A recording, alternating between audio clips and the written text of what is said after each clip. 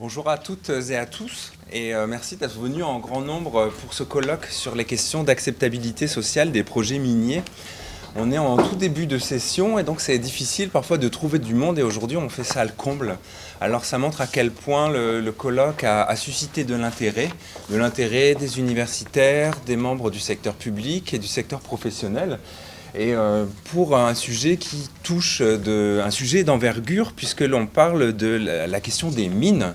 Et on sait à quel point exploiter des mines, c'est indispensable pour nos vies. Il n'y aurait pas de société moderne s'il n'y avait pas d'exploitation minière.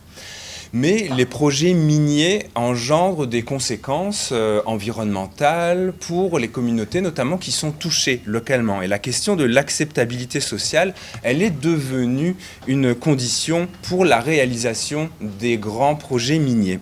D'ailleurs, la Cour supérieure du Québec s'est saisie de cette notion d'acceptabilité sociale dans l'affaire Strateco et elle en donne une définition. La Cour supérieure du Québec définit ainsi l'acceptabilité sociale comme le résultat d'un processus par lequel les parties construisent ensemble les conditions minimales à mettre en place pour qu'un projet, programme ou politique s'intègre harmonieusement et à un moment donné dans son milieu naturel et humain. Et le politique, c'est aussi accaparer cette notion d'acceptabilité sociale. Si on pense au projet d'hydrocarbures au Québec, si on pense au projet de mines, mais aussi au projet Énergie Est, il y a encore quelques mois, on entendait le Premier ministre François Legault dire « il n'y a pas d'acceptabilité sociale pour un projet Énergie Est au Québec ». Et donc on voit aussi que les questions juridiques, mais le politique se mêle aussi de cette question. Et cette question, la notion d'acceptabilité sociale, eh bien, elle devient parfois problématique pour les professionnels parce qu'elle est considérée comme floue. Qu'est-ce que l'acceptabilité sociale? Et elle est susceptible d'engendrer de l'insécurité juridique pour les opérateurs, mais aussi pour les communautés qui reçoivent.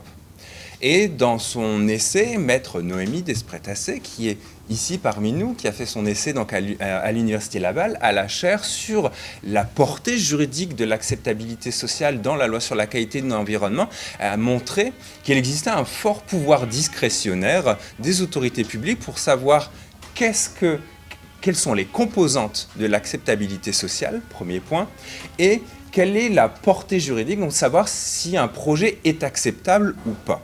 Et donc ceci engendre une incertitude, une insécurité juridique. Ça c'est le premier problème, les premières questions qui se posent sur cette notion d'acceptabilité sociale. Puis il y a un deuxième problème qui se pose, c'est les questions de licence légale, licence sociale que l'on entend souvent. Ça signifie qu'une entreprise peut très bien obtenir tous ses permis. On le voit avec Trans Mountain notamment, vous l'avez vu certainement dans l'actualité. Donc l'entreprise obtient tous ses permis.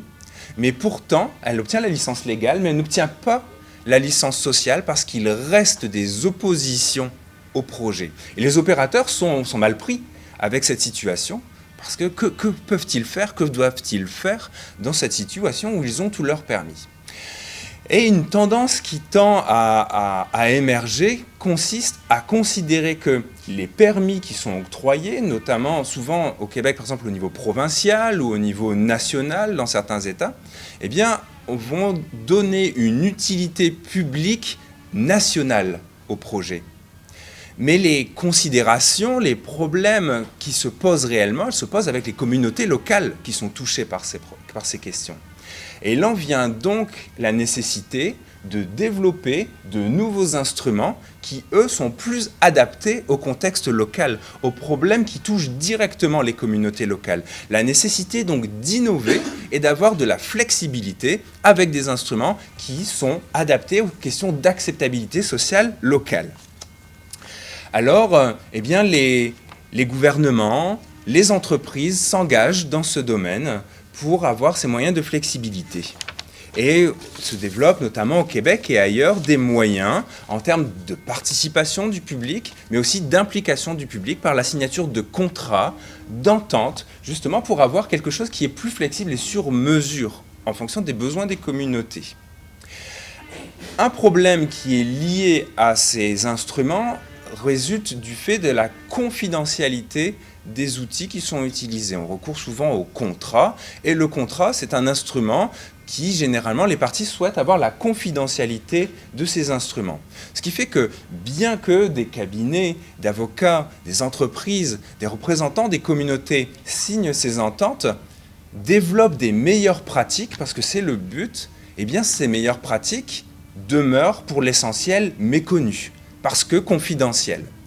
Or, connaître ces meilleures pratiques serait utile, nécessaire, pour avoir, eh bien, pour faciliter les ententes à venir, mais peut-être aussi pour éclairer le politique sur les dimensions juridiques, sur les caractéristiques juridiques locales de l'acceptabilité sociale. Et donc c'est l'objet de notre rencontre ici, qui a pour but de réunir des équipes de recherche du Canada, de France, du Brésil, pour comparer ces meilleures techniques, ces meilleures pratiques, mais aussi de discuter avec les professionnels, parce que ce sont les professionnels qui désormais créent la norme.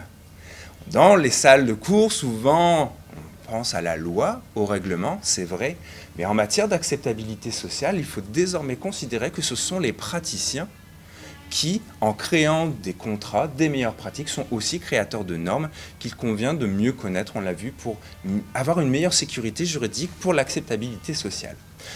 Alors le point de départ de ce projet, c'est un soutien de l'AUF, donc de la AUF, Agence universitaire de la francophonie, donc qui nous réunit. Et l'objectif est ici de poursuivre ce projet. Alors, ce colloque est organisé par la chaire de recherche et d'innovation Goldcorp en droit des ressources naturelles de l'énergie, la faculté de droit de l'Université Laval, l'Institut Hydro-Québec en environnement, développement et société de l'Université Laval, la faculté de droit de l'Université fédérale de Minas Gerais, c'est comme ça qu'on prononce, Grace ? Ok.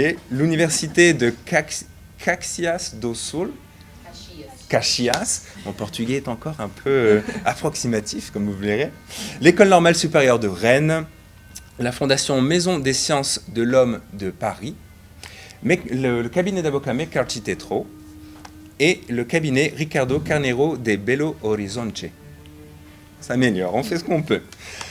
3 équipes donc pour ce projet, une équipe canadienne, une équipe brésilienne, une équipe française. Et la composition de chaque équipe est donc constituée d'un professeur, d'un jeune chercheur doctorant et d'un professionnel.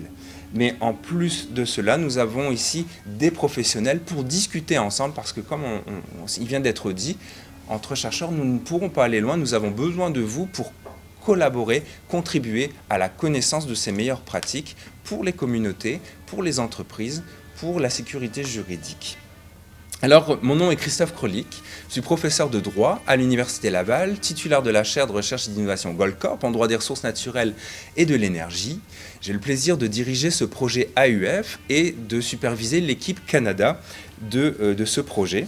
Et je suis donc en compagnie de Marie Tanchon, qui est diplômée d'une maîtrise en droit de l'environnement, développement durable, sécurité alimentaire à l'Université Laval, professionnelle de recherche à la chaire, et qui va débuter sa thèse sur, devinez, la contribution de la pratique juridique à la gestion du risque social des projets miniers au Canada.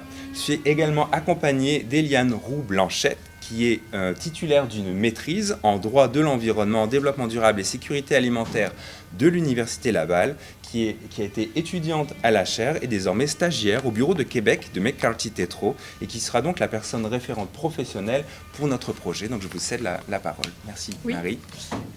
Merci Christophe. Donc pour mener vraiment à bien ce projet AUF sur les meilleures pratiques, pour nous c'est indispensable de collaborer avec vous, les acteurs du milieu minier professionnel et universitaire. Donc on a la chance aujourd'hui pour ce colloque de cadrage d'avoir des représentants des ministères, notamment du ministère de l'Énergie et des Ressources naturelles du Québec, un conseiller juridique du bureau d'audience publique sur l'environnement, des cabinets d'avocats, des entreprises privées également qui sont là, et des collaborateurs qui travaillent aux côtés des communautés autochtones du Québec et du Labrador. Donc nous nous sommes fixés pour ces recherches 3 objectifs de recherche. Le premier, évidemment, pour nous, c'est d'identifier un nombre significatif de pratiques juridiques donc, qui sont utilisées par les acteurs du milieu minier, donc, afin véritablement d'augmenter l'équité sociale des différentes parties prenantes d'un projet minier. Donc, comme Christophe vous l'a dit brièvement, c'est le premier objectif naturellement parce que ces pratiques ces documents sont pour la plupart confidentiels. Donc, c'est vraiment en travaillant avec les acteurs du milieu qu'on aura la chance d'avoir accès à ces documents et de les répertorier. Le deuxième objectif de recherche que nous nous sommes fixés, ça consiste à définir parmi ces pratiques celles qui pourraient être qualifiées de meilleures pratiques juridiques, donc au regard de l'acceptabilité sociale des projets miniers. Comment nous allons nous y prendre donc, au regard de la nature vraiment interdisciplinaire de la question, on va réaliser cette recherche aussi avec une équipe experte sur les questions d'acceptabilité sociale, donc vraiment interdisciplinaire. Elle impliquera notamment des enquêtes de terrain, des entrevues qui vont nous permettre vraiment de déterminer les critères prioritaires pour chaque partie prenante dans le domaine minier. Et enfin, le dernier objectif de recherche sur lequel on va se baser, il va consister à évaluer comment les meilleures pratiques identifiées et sélectionnées dans le milieu minier pourraient servir comme un outil d'appréciation juridique pour vraiment aider les parties prenantes et la société aussi à exiger une meilleure acceptabilité sociale des projets miniers au Canada, au Brésil et en France, dans le cadre de notre projet EUF où on a une approche comparative. Donc les résultats de ces recherches, elles donneront lieu à la publication d'un guide des meilleures pratiques juridiques sur l'acceptabilité sociale, donc qui servira, on l'espère, de référence pour l'ensemble des acteurs et des praticiens notamment. Je vais laisser, en parlant de praticiens, je vais laisser la parole à ma collègue Eliane Roux-Blanchette, donc qui va parler de l'implication du cabinet et de notre collaboration dans le cadre de ce projet de recherche. Donc bonjour, comme Marie vient de mentionner, Eliane Roux-Blanchette, je suis étudiante chez McCarthy Tétrault. C'est avec grand plaisir que le bureau a accepté de participer à ce projet-là et de représenter le secteur privé avec la chaire de recherche représentant l'équipe canadienne. Comme Christophe et Marie ont mentionné, de nos jours, les entreprises minières ne peuvent plus se contenter d'obtenir des autorisations juridiques et d'obtenir des licences légales, mais doivent également chercher à obtenir l'aval des communautés qui sont touchées par ces projets-là. Malheureusement, actuellement, il n'y a pas de documentation qui permettent, entre autres au secteur privé, de savoir quelles sont les meilleures pratiques juridiques qu'ils devraient mettre en place pour obtenir l'aval des communautés. Ce projet permet donc de mettre en place une telle documentation pour aider les entreprises privées, mais également les communautés à savoir c'est quoi les moyens que, d'une part et d'autre, on doit mettre en place pour aider à ce qu'il y ait une meilleure acceptabilité sociale de ces projets-là qui sont parfois controversés.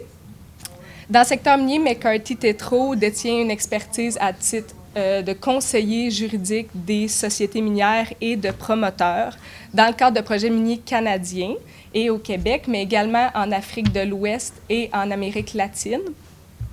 Et autant là, dans un contexte de consultation, de revendication que d'entente entre les sociétés minières, les promoteurs et les communautés locales et les communautés autochtones. On a participé à la conclusion de nombreuses ententes, et ce, à différents niveaux et différentes étapes de projets miniers. Donc, autant dans le cadre de négociations d'ententes cadres, donc d'ententes qui se situent avant le développement de projets miniers, que d'ententes qui sont pré-développement, donc à l'étape d'exploration, et également dans le cadre d'ententes sur les répercussions et les avantages, des ERA ou IBA en anglais, qui sont surtout sollicités là, dans le cadre de projets d'exploitation.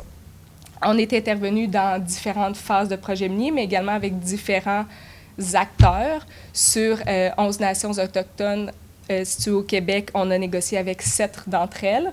Donc, on détient là, une expertise sur le terrain de comment le secteur privé essaie d'obtenir l'aval des communautés locales dans le cadre de développement de projets. Donc, avec l'équipe de la chaire, ce qui est intéressant, c'est qu'ils vont apporter un aspect théorique et conceptuel des meilleures pratiques, en fait, pour déterminer c'est quoi les meilleures pratiques à mettre en place pour assurer l'acceptabilité sociale des projets miniers. Puis, de notre côté, McCarthy, avec une expertise sur le terrain concrète, allons pouvoir également apporter des solutions et apporter aux discussions, en fait, à savoir concrètement comment les sociétés minières travaillent pour obtenir l'aval des communautés. Avec les différents partenaires, on va pouvoir développer un guide qui combine là, des perspectives autant du secteur public que du secteur privé. Donc oui, on veut obtenir et découvrir et discuter des meilleures pratiques du secteur privé, mais également des communautés. C'est quoi pour elles les meilleures pratiques qu'on doit mettre en place? Donc, pour couvrir toutes les perspectives, toutes les perspectives et tous les points de vue, en fait, là, de tous les angles possibles. Donc, ce projet, c'est une très belle opportunité de combiner l'expertise de chercheurs et également de praticiens, comme vous avez mentionné plus tôt. Puis c'est avec plaisir qu'on se joint à ce projet-là.